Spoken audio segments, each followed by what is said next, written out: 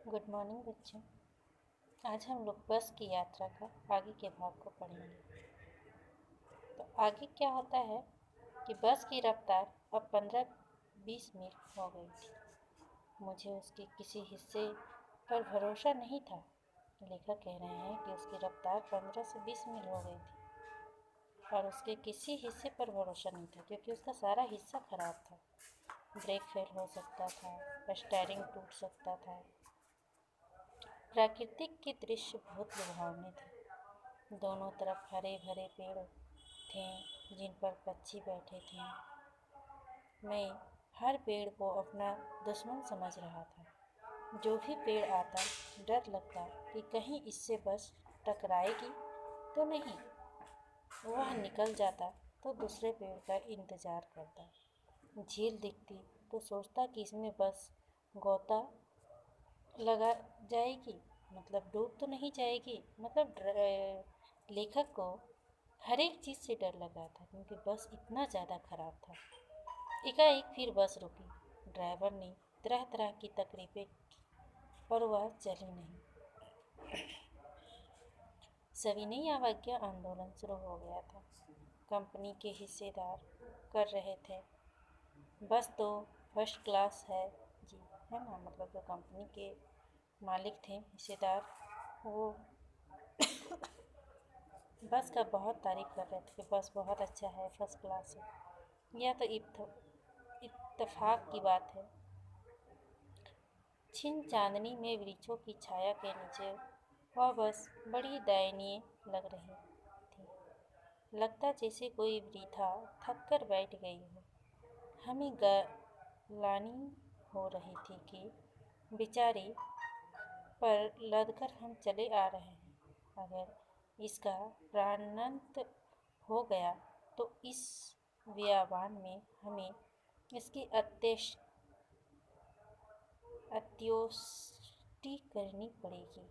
मतलब अगर ये बस सुनसान जगह में ख़राब हो गया तो हमें क्या करना पड़ेगा। बियाबान यानी सुनसान जगह में।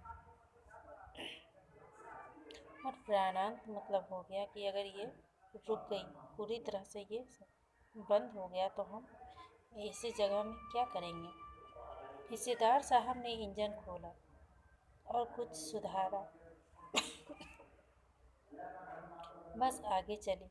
उसकी चाल और कम हो गई थी। धीरे धीरे वृद्धा की आंखों की ज्योति जाने लगी। चांदनी में रास्ता टटोल कर वह रेंग रही थी।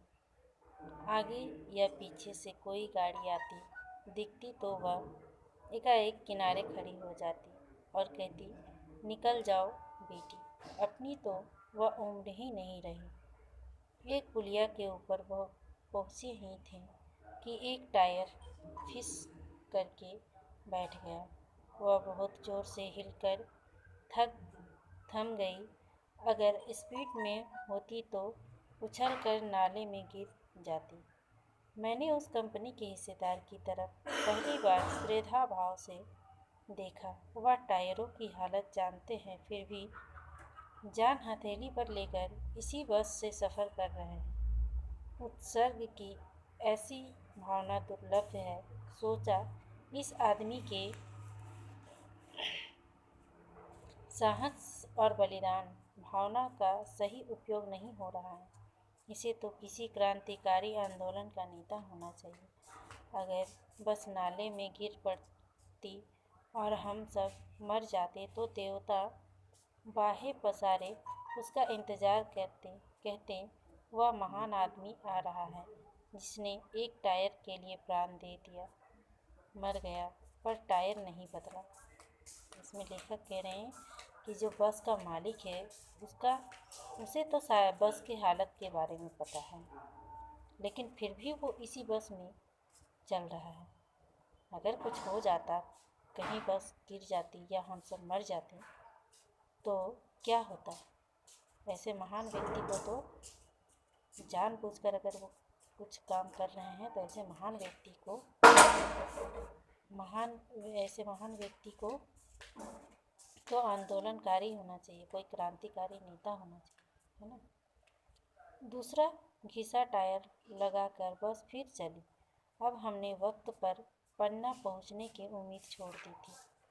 पन्ना कभी भी पहुंचने की उम्मीद छोड़ दी थी। वक्त पे क्या लेखक जो है वो बोल रहे थे कि कभी भी पहुंचेंगे भी कि नहीं ये भी उम्मीद नहीं है। पन्ना क्या कही, कहीं भी कभी भी पहुंचने की उम्मीद छोड़ दी थी।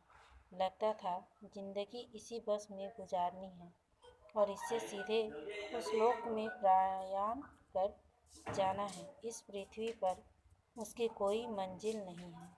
हमारी बेताबी तनाव खत्म हो गई। हम बड़े इत्मीनान से घर की तरफ लौट गए। चिंता जाती रही, हंसी मजाक चालू हो गया।